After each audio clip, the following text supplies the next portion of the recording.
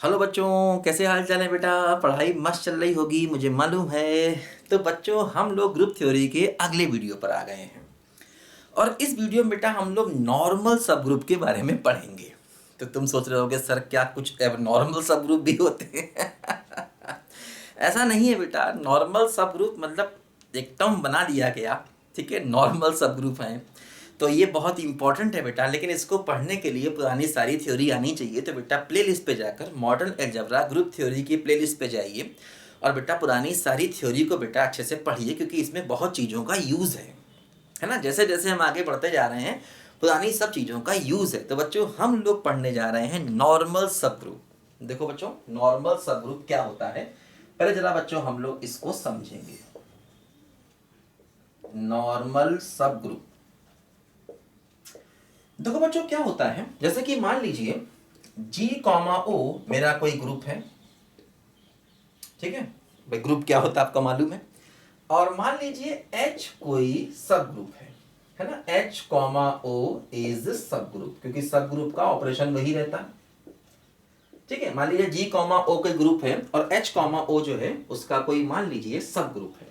अच्छा देखो, एक टर्म हम लोग जानते हैं लेफ्ट कोसेट राइट कोसेट। तो क्या होता है, जैसे मान लो x मैंने एक एलिमेंट G का लिया तो XOH, या इसको हम XH भी कहते थे, इसको ऐसे डिफाइन करते थे कि X operation H1 X operation H2 ऐसे करके लिखा करते थे। ये H1 H2 कहाँ से आते थे, ये H1 H2 H के एलिमेंट हुआ करते थे, है ना। तो इसको हम कहते थे लेफ्ट कोसेट, है ना। कई लोग ये बीच में ऑपरेशन नहीं लगाते, खाली x into H one x into H two कर देते हैं। तो ध्यान रखना, वो ऑपरेशन जनरली हम लोग बीच में मान के चलें, दिमाग में रहे तो अच्छा है। खाली लिख दें, जैसे मान लो ऐसे लिख दें खाली x H1 x H2, है ना। तो वो भी ठीक है, लेकिन दिमाग में ऑपरेशन रहना चाहिए, ठीक है। तो इसको हम कहते हैं लेफ्ट कोसेट, है ना, लेफ्ट कोसेट। x किसका एलिमेंट है, ग्रुप का, और ये H1 H2 एलिमेंट किसके लिए जाते हैं, हमेशा सब ग्रुप के। तो इसको बच्चों हम लोग कहते हैं left coset of H in G, left coset of H in G, इसको हम कहते हैं। सिमिलरली बच्चों हम लोग HX लेते हैं, इसका मतलब भी वही है क्या, HOX। और इसमें क्या होता है, पहला एलिमेंट है ना सब H का होता है, और ऐसे करके इसको हम लिखते हैं। ये सब हम लोग बेटा बहुत डिटेल से पढ़ चुके हैं। इसको कहते हैं राइट कोसेट, सॉरी कॉस्ट लिख दिया मैंने, कोसेट होगा, ठीक है। राइट लेफ्ट कोसेट और right coset of H in G, ये हम लोग बेटा बहुत बहुत बार पढ़ चुके हैं। और एक बार नहीं पढ़ा है तो जाके पढ़ो थोड़ा सा बेटा, पुराना एक बार रिवाइज कर लो। हो सकता है वो आपके कोर्स में ना हो, लेकिन फिर भी एक बार रिवाइज कर लो, दिमाग में चीजें रहें तो अच्छा है, क्योंकि याद नहीं करना बेटा, समझ समझ के पढ़ना, ठीक है भाई। अगर आपके सिलेबस में वो नहीं है तो कोई बात नहीं, कभी तो आपके वो सामने आएगा ही आएगा ना। आप अगर MSc कर रहे हैं तो कहीं ना कहीं तो आप टीचिंग करेंगे, ठीक है। ज़्यादातर यही चांस होते हैं, बच्चे टीचिंग करते हैं अलग अलग तरीक़ों से, तो वो कहीं ना कहीं आपके सामने कोई कंपटीशन क्वालिफाई करेंगे, साइंटिस्ट बनेंगे, वहाँ भी आपके सामने वो सब चीज़ें आएंगी। तो पढ़ लो तो बहुत अच्छा रहेगा। पहले मैंने समझा दिया शॉर्ट में। यहाँ पर भी बीच में वो ऑपरेशन होता है, मतलब यहाँ पर देखो H का एलिमेंट पहले X का बाद में, और यहाँ पर X का पहले H का बाद में। अच्छा अब देखो, जैसे कि अगर मान लो G अवेलियन ग्रुप है, अगर मान लो G जो है वो अवेलियन है या कम्यूटेटिव है की बात है, तो अवेलियन में क्या होता है कि AOB और BOA बराबर हो जाते हैं। तो अगर G अवेलियन है तो ये एलिमेंट्स हमेशा सेम होंगे। तो ऐसे केस में XH और HX हमेशा सेम होंगे, कब, अगर G अवेलियन है तब, ठीक है। क्योंकि देखो मतलब ये सब एलिमेंट किसके हैं, बेसिकली G के ही तो हैं भाई। H के जो एलिमेंट है वो भी G के हैं, क्योंकि H G का सबसेट होगा, सब ग्रुप है तो सबसेट तो होगा ही होगा। और X तो वैसे भी G का एलिमेंट है, तो ये सारे एलिमेंट बेसिकली G के हैं। तो जैसे ही ये सब आपस में बराबर हुए, लेफ्ट कोसेट राइट कोसेट आपस में सेम हो जाएगा। किसमें, जब अगर G अवेलियन होगा तो उसमें ऐसा होगा हमेशा। लेकिन देखो अगर G अवेलियन नहीं है, G is not abelian, G अगर अवेलियन नहीं है तब भी ऐसा हो सकता है ना। अगर G अवेलियन नहीं है देन तब भी ऐसा हो सकता है, मे भी, तब ये ऐसा हो सकता है। जरूरी नहीं कि ऐसा हो ही जाए, अगर जी अवेलियन है तो ये ऐसा होना डेफिनिट है, लेकिन अगर जी अवेलियन नहीं है तब भी ऐसा हो सकता है। लेकिन ऐसा होगा तो फिर कुछ कंडीशन सामने आएगी, ऐसा कब होगा, तो बस वही हमको यहां पर पढ़ना है।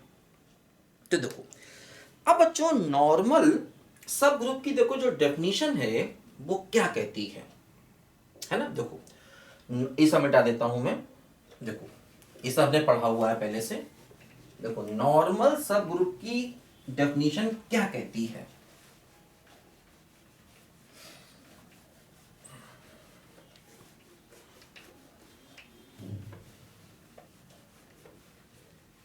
देखो बच्चों ये कहती है, जैसे मान लो जी कोई ग्रुप है और एच उसका सब ग्रुप है, तो देखो ये डेफिनेशन बच्चों कहती है कि एच इज कॉल्ड, एच का मतलब वही एच कॉमा ओ है, ध्यान रखना साथ में ऑपरेशन लेना चाहिए, लेकिन जनरली कई बार नहीं भी लेते हैं, है ना। एच कॉमा ओ, ठीक है, is called normal subgroup, normal subgroup if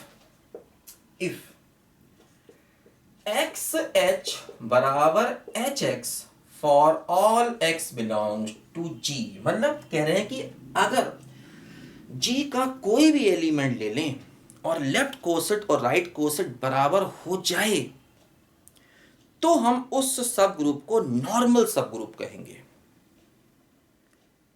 चाहे जी अवेलियन हो चाहे ना। अगर अवेलियन हुआ तो ये चीज अपने आप ही होगी, और नहीं हुआ तब भी ये चीज हो सकती है।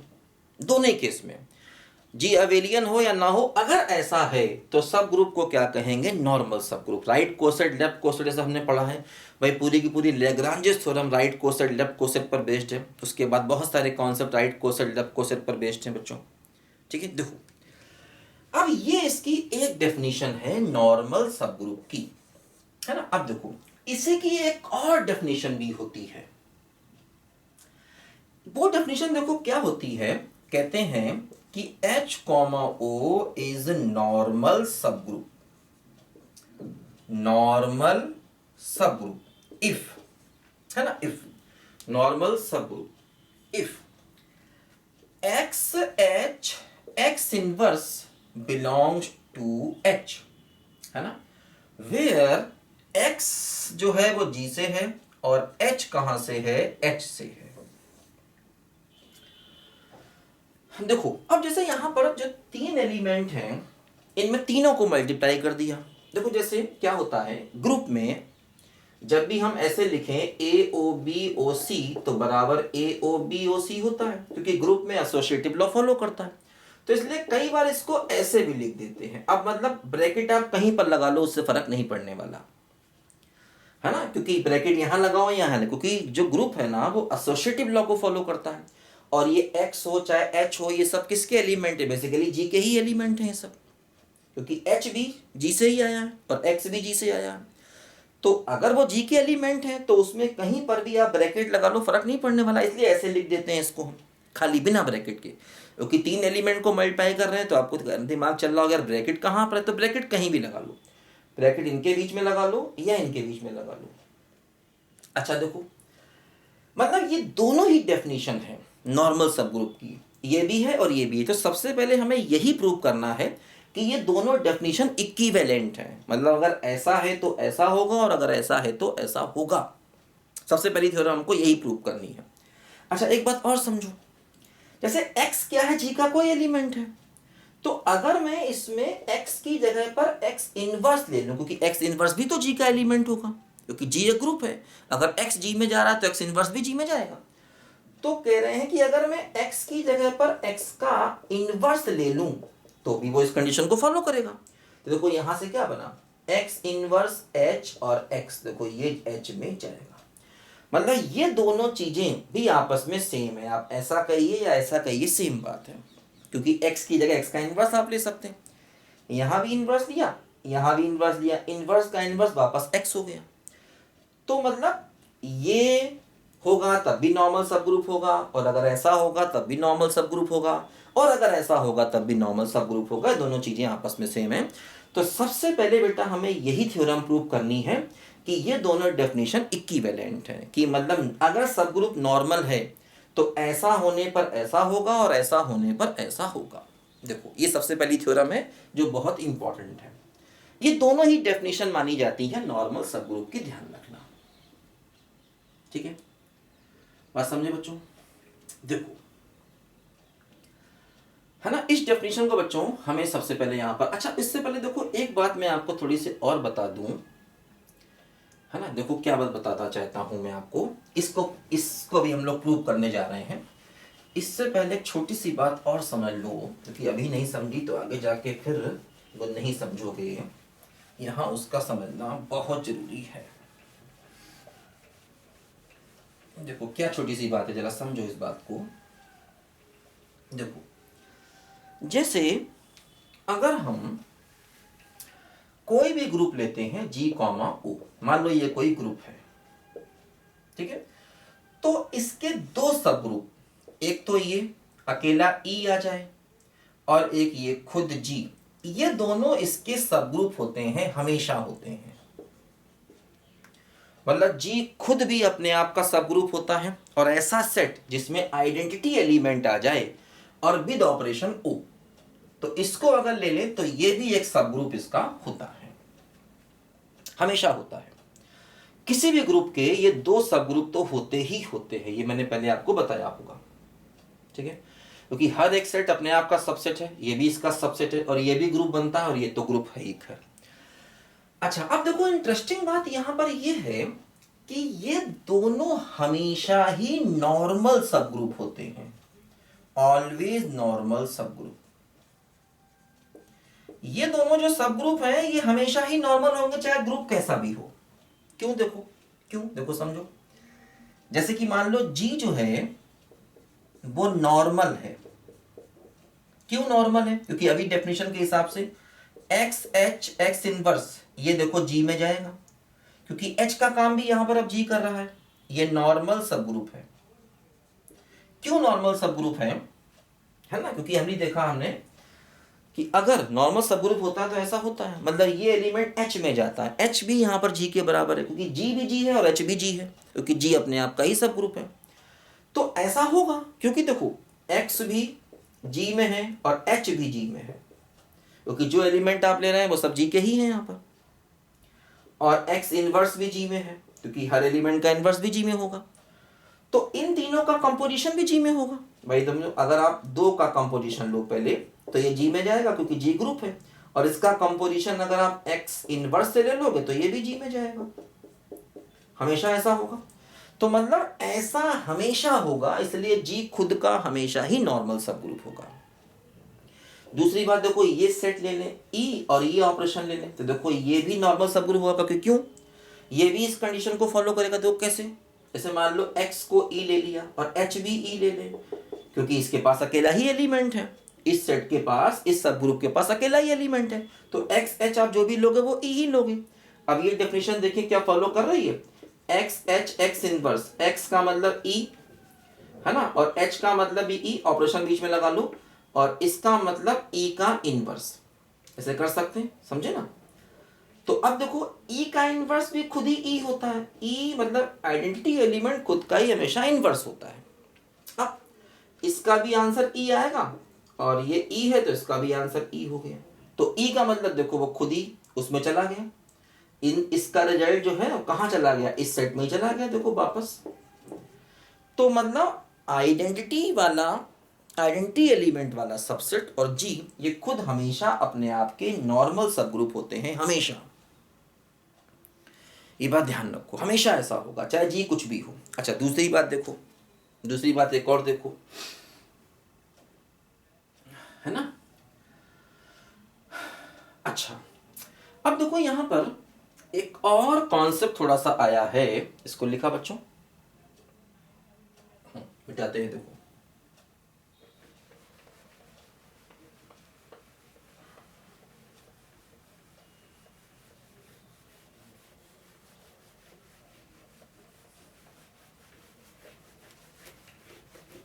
देखो कह रहे हैं कि ऐसा ग्रुप जिसके पास ये दोनों, केवल ये दोनों नॉर्मल सब ग्रुप हैं, है ना। ए ग्रुप एक ऐसा ग्रुप है ना, ए ग्रुप विच हैज, मान लीजिए ग्रुप G, O है, विच हैज ओनली 2 नॉर्मल सब ग्रुप्स। कौन कौन से? G, O and E, O। मतलब कह रहे हैं कि अगर किसी ग्रुप के पास केवल यही दोनों नॉर्मल सब ग्रुप हैं, केवल केवल केवल यही दोनों, इनके अलावा और कोई नहीं है, इनके अलावा कोई और है ही नहीं, तो ऐसे ग्रुप को हम कहते हैं सिंपल ग्रुप। सिंपल ग्रुप कहते हैं जिसके पास सिर्फ और सिर्फ मतलब ये दोनों नॉर्मल सब ग्रुप हैं। देखो उसके पास सब ग्रुप तो और हो सकते हैं, लेकिन केवल और केवल यही दोनों नॉर्मल हैं, इसके अलावा और कोई नॉर्मल है ही नहीं, तो ऐसे ग्रुप को हम सिंपल ग्रुप कहते हैं। ये बात ध्यान दो। अच्छा अब देखो, कह रहे हैं कि अगर कोई ग्रुप है, every group of prime order, every group of prime order is simple group, is simple group. मतलब अगर किसी ग्रुप का ऑर्डर प्राइम है, प्राइम का मतलब नंबर ऑफ, ऑर्डर का मतलब नंबर ऑफ एलिमेंट, जैसे कि मान लो उसमें 3 एलिमेंट्स हैं, ठीक है, या मान लो उसमें 5 एलिमेंट्स हैं, तो इसका ऑर्डर क्या हो गया? प्राइम। ऑर्डर का मतलब नंबर ऑफ एलिमेंट, 3 है 5 है सब प्राइम है। तो कह रहे हैं वो हमेशा ही सिंपल होगा, मतलब उसके हमेशा ही 2 ही नॉर्मल सब ग्रुप होंगे, वो खुद और ई, वो खुद और ई। क्यों? क्योंकि देखो बेटो, हम लोगों ने पढ़ा था लैग्रांज थ्योरम में कि सब ग्रुप का ऑर्डर ग्रुप के ऑर्डर को डिवाइड करता है। तो अगर इसका ऑर्डर प्राइम है और अगर आपने इसका कोई सब ग्रुप लिया, तो वो सब ग्रुप का ऑर्डर ग्रुप के ऑर्डर को डिवाइड ही नहीं कर सकता, क्योंकि प्राइम नंबर खुद से डिवाइड होंगे या 1 से डिवाइड होंगे, और किसी से वो डिवाइड ही नहीं होते। तो इसीलिए इसके दूसरे सब ग्रुप ही नहीं होंगे, तो नॉर्मल ग्रुप, नॉर्मल सब ग्रुप कहाँ से आ जाएंगे? तो कह रहे हैं कि अगर ग्रुप का ऑर्डर प्राइम है तो उसके पास केवल और केवल ये दोनों ही नॉर्मल सब ग्रुप होंगे, इसके अलावा और कुछ नहीं होगा। मतलब ये सेट है और साथ में ऑपरेशन, सेट और ऑपरेशन मिलके क्या बनाएगा? ग्रुप। यहां पर ये सेट है जी और ये ऑपरेशन, तो ये क्या बना रहा है? अपना ग्रुप, है ना। तो कहते हैं कि प्राइम ऑर्डर का जो ग्रुप होता है वो हमेशा ही सिंपल होता है, क्योंकि उसके पास बाकी सब ग्रुप होते ही नहीं, है ना, और ये दोनों ही नॉर्मल है। बात समझे ना? ठीक। अच्छा अब हम देखो उस थ्योरम पर आते हैं, ये समझना बहुत जरूरी था, थोड़ा सा कॉन्सेप्ट यहाँ पर, क्योंकि लैग्रांज थ्योरम कहता है सब ग्रुप का ऑर्डर ग्रुप के ऑर्डर को डिवाइड करेगा, और ये डिवाइड होगा नहीं, तो इसलिए इसके पास सब ग्रुप बेचारे के पास हो ही नहीं पाएंगे। ठीक है,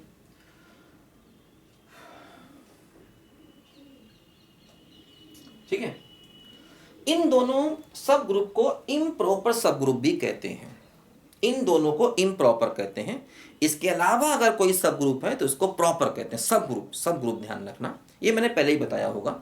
इनको इम्प्रॉपर कहते हैं इन दोनों को, और इसके अलावा कोई ग्रुप है तो वो सब प्रॉपर कहते हैं। ठीक है, बात ध्यान रखना, इनको इम्प्रॉपर कहते हैं, ध्यान रखना।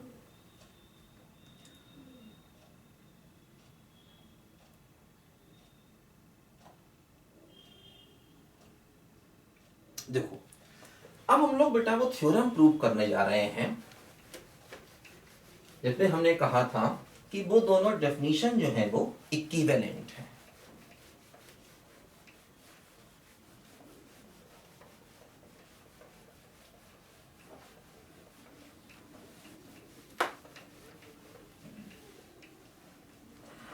देखो थ्योरम क्या है बच्चों कि H, O इज नॉर्मल, इसको अलग अलग तरीके से लिखते हैं कई लोग, subgroup of G, O, then XH बराबर HX and double imply XH बराबर HX and double imply X inverse HX belongs to H। ये है, ठीक है, ऐसा हमेशा होगा। और इसको ऐसे भी लिख सकते हैं XH X inverse belongs to H, मतलब अगर H एक नॉर्मल सब ग्रुप है तो ऐसा होने पर हमेशा ऐसा होगा, और ऐसा होने पर हमेशा ऐसा होगा।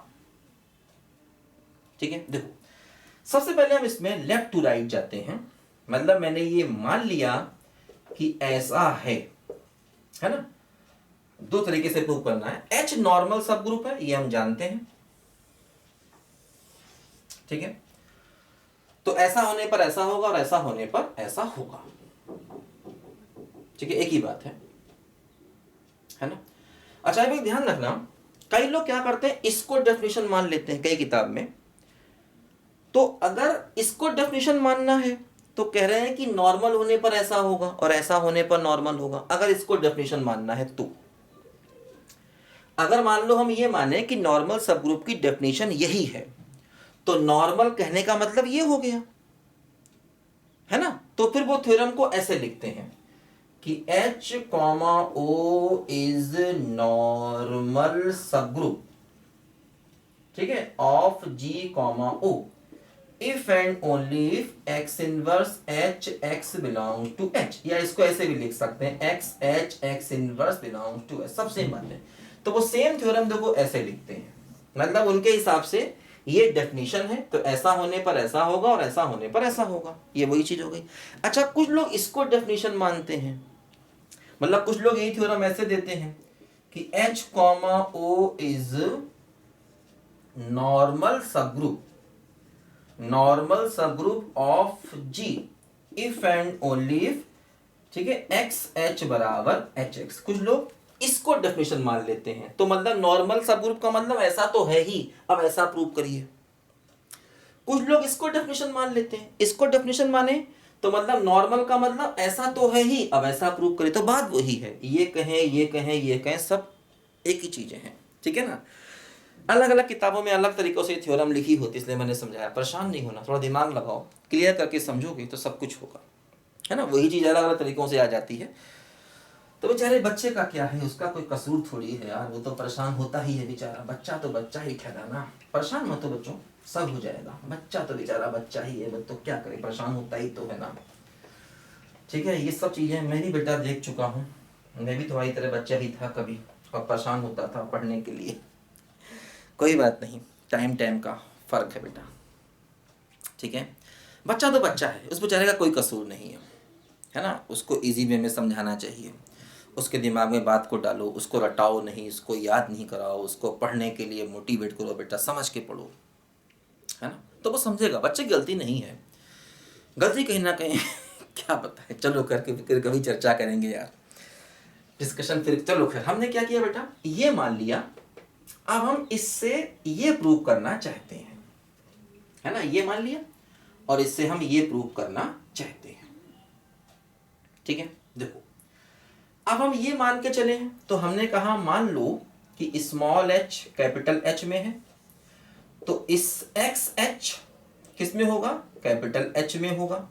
सॉरी, एक्स एच जो है ना, ये किस में होगा, कैपिटल, है ना, एस एच में होगा, है ना भाई। लेफ्ट कोसेट में ऐसे एलिमेंट होते हैं, इसमें कोई नई बात नहीं। मान लो एच, और एक्स किसका एलिमेंट है, एक्स तो जी का ही एलिमेंट है। एक्स किसका एलिमेंट है, एक्स हमेशा जी का एलिमेंट है, क्योंकि ऐसा हमने मान लिया।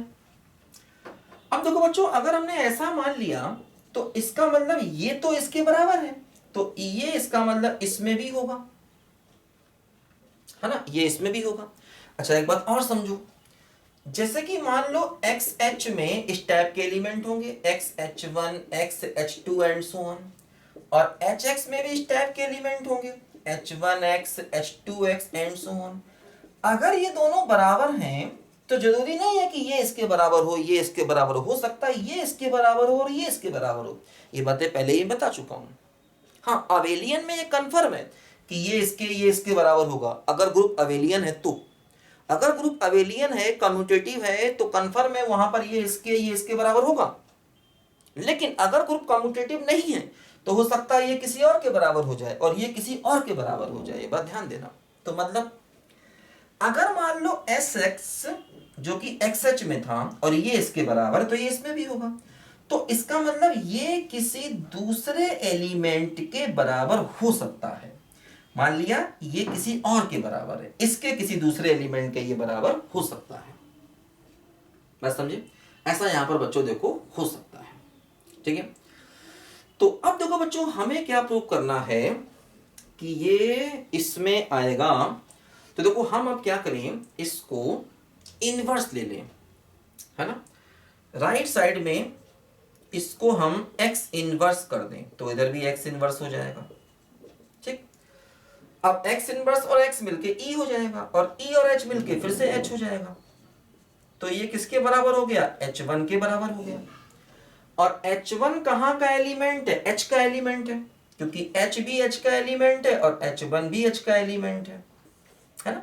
तो ये कहाँ जा रहा है, h1 में, इसका मतलब ये जो एलिमेंट है ये कहाँ जाएगा, h में जाएगा, है ना। और यही हमको प्रूव करना चाहे, कोई बात नहीं, यहां पर पहले x, वो दोनों सेम चीजें हैं, ये और ये सेम चीजें हैं, है ना। ऐसा आ गया, अच्छा देखो चलो वही चीज ला देते हैं, कोई बात, ये भी ठीक है, ये दोनों सेम चीजें, चलो कोई बात नहीं। देखो थोड़ा सा चेंज करेंगे तो ऐसा हो जाएगा, कोई दिक्कत नहीं। इसको देखो वैसा ही ला देते हैं जैसा प्रूव करना, वो भी ऐसे सही है, गलत वो भी नहीं है। देखो क्या हुआ, हमने मान लिया एक एलिमेंट मान लिया hx। अब देखो इसके लिए हम एलिमेंट इसमें मान के चले hx में, और चूंकि ये इसके बराबर है ना, तो ये x h में हो जाएगा। अब चूंकि ये x h में है तो ये किसी x h1 के बराबर होगा, क्योंकि ये भी इसमें है ये भी इसमें, तो ये अगर ये इसमें तो किसी और के बराबर हो सकता है। अब देखो वही चीज क्या करें, x इनवर्स से ऑपरेट कर दें लेफ्ट साइड में, तो क्या हुआ, x इनवर्स x h1 ये हो गया e, और e और h1 मिलके फिर से h1 हो गया। देखो वही चीज आ गई, ठीक है ना, ऐसा भी हो सकता है। और h1 किसका है, h का, तो ये एलिमेंट चूंकि इसके बराबर आ गया, इसका मतलब ये एलिमेंट कहाँ चला गया, h में चला गया। यही हमको प्रूव करना। तो लेफ्ट टू राइट तो बड़ी आसानी से हमने प्रूव कर दिया। इसको लेके चले, देखो इसका यूज किया ना, ये इसमें है तो ये इसमें, इसका यूज किया दोनों के बराबर होने का, दोनों के बराबर होने का देखो हमने ये यूज किया ना, तभी तो ये मिला। और देखो ये हमने प्रूव कर दिया फटाक से। अच्छा अब देखो, अब हम उल्टा इसको माने और ये प्रूव करें। देखो इसके लिए क्या करेंगे, समझो, अब हम, है ना, राइट टू लेफ्ट चल रहे हैं।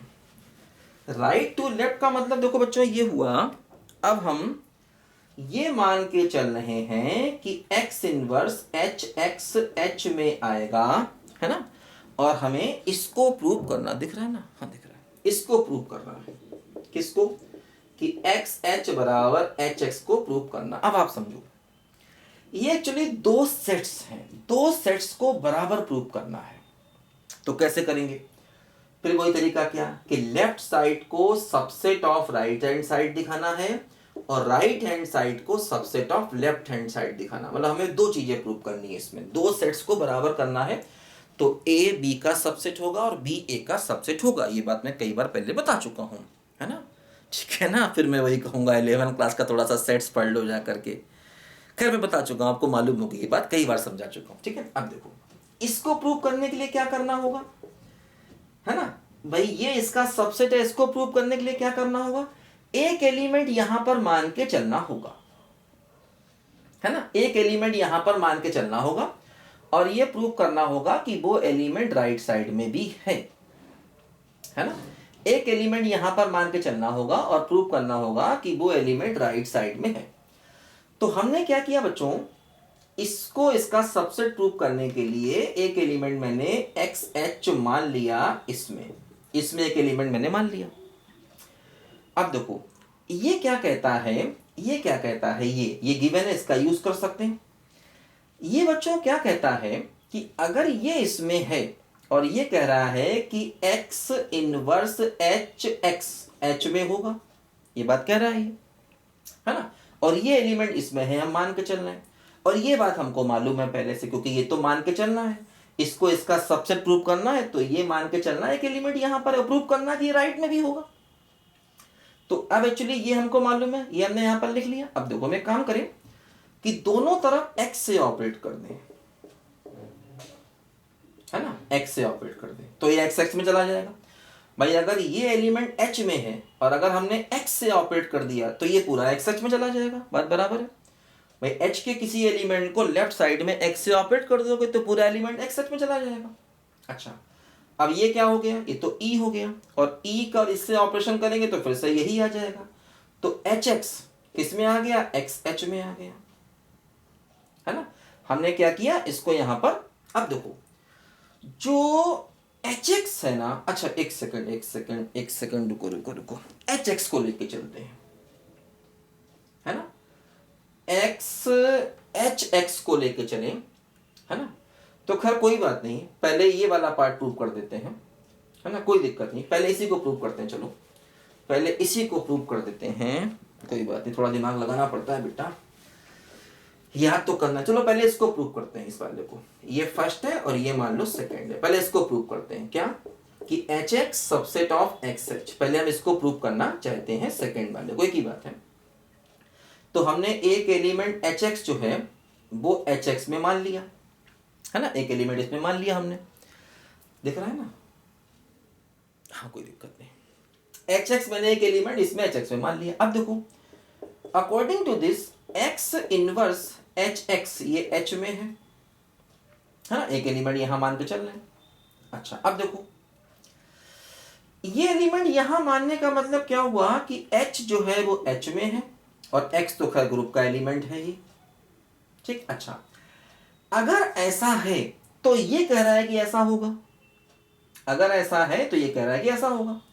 अब देखो अगर ऐसा है तो हम क्या करें, यहां पर इसको X से ऑपरेट कर दें, ठीक है।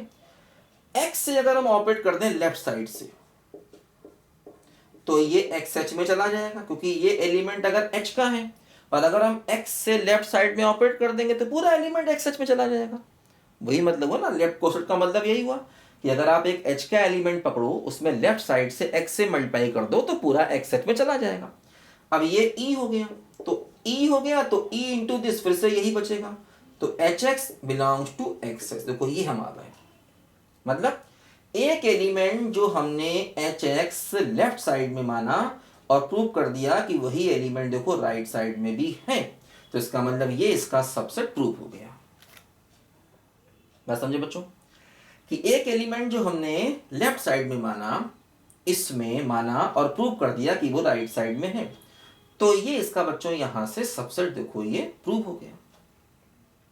बात समझे। अब फर्स्ट वाला पार्ट प्रूव करके चलना है बच्चों। तो फर्स्ट वाले पार्ट में फिर हम लोग यही कॉन्सेप्ट लगाएं, बोलो।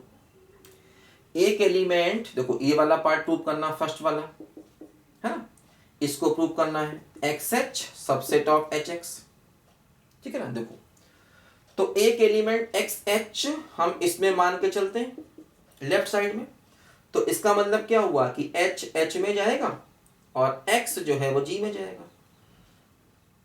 अच्छा अब देखो समझो, एक्चुअली यही कंडीशन ऐसे भी लिख सकते हैं, मैंने बताया था, दोनों सेम बातें हैं, दोनों की दोनों सेम बातें, मैंने बताया था, इसको ऐसे भी लिख सकते हैं, है ना, ये चीज यही है, ये इसको ऐसे भी लिख सकते हैं, मैंने बताया भी आपको। अच्छा अब देखो ये क्या कहता है, इसको लेके चलें, ये कहता है XH X इनवर्स H में नहीं बिलोंग करेगा। अब इसमें X से राइट में कर दो, है ना, ऑपरेट, तो ये HX में चला जाएगा क्योंकि ये H का एलिमेंट है, इसको राइट में X से करेंगे तो पूरा पूरा HX में चला जाएगा। ये क्या हो गया E, और E इंटू दिस ये यही बन जाएगा क्योंकि ये X inverse into X E हो गया, और E को किसी से भी ऑपरेट करोगे तो वही रहेगा, तो ये कहाँ चला गया, HX में चला गया। देखो वही हमको प्रूव करना था, इसमें एक एलिमेंट मान के चल रहे हैं और ये इसमें चला गया, बस यहाँ पर ही थोड़ी कंडीशन हमको चेंज करनी पड़ी क्योंकि दोनों सेम चीजें हैं। भाई इससे ये भी लिख सकते हैं, इसको प्रूव करके दिखा दो आप पहले कि इससे ये कैसे आया, मैंने प्रूव किया ही था, क्योंकि अगर ये कंडीशन है तो ये भी है, इसको प्रूव करके दिखा दो चाहे तो, कोई टेंशन नहीं होगी।